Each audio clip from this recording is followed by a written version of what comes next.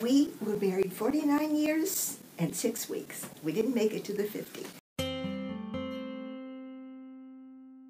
Actually, I was in the 5th grade. People would say, "Larry likes you, did you know that?" The first actual date finally came when we got to the junior high, and he asked if he could walk me home after football practice. Of course, I said yes.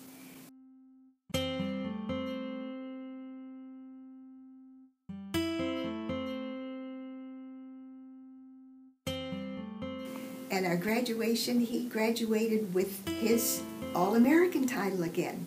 I graduated with a music degree, and we were going to be married in a month. To describe Larry as a daddy, he was an incredible daddy. I think they would say so too. He was so very attentive to what they were doing and wanted to support everything they did. He was a marvelous husband. That was the beautiful part of our life.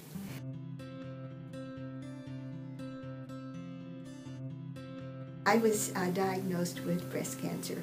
With that came chemotherapy, radiation, loss of hair. The first Sunday we went to church, and I wore my wig, he borrowed one, and he wore a wig too.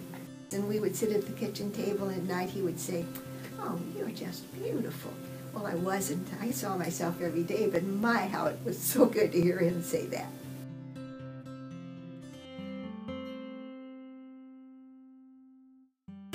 Larry was not feeling well. He was diagnosed with liver cancer.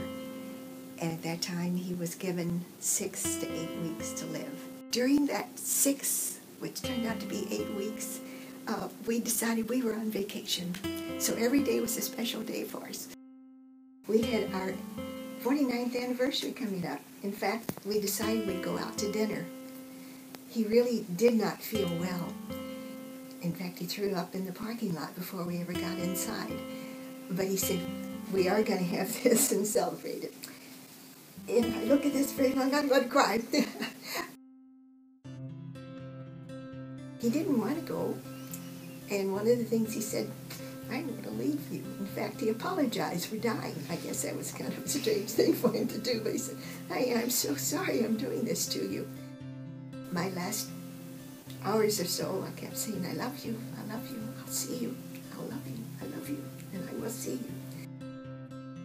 I wrote him a letter just about every night right after he died, and I still write him a letter quite often. Here is one that was, this was 2008. Some of the captions are "My dearest, my love," whatever it might be. And I chose to leave his voice on the cell phone. So when I want to talk to him, I call him up and he'll say, "Larry Yeargain," and then I will leave a message, but he never calls me back. But someday I'll be there with him, and all of those not getting calls will be just fine, because actually I will be able to tell him for eternity that I love you.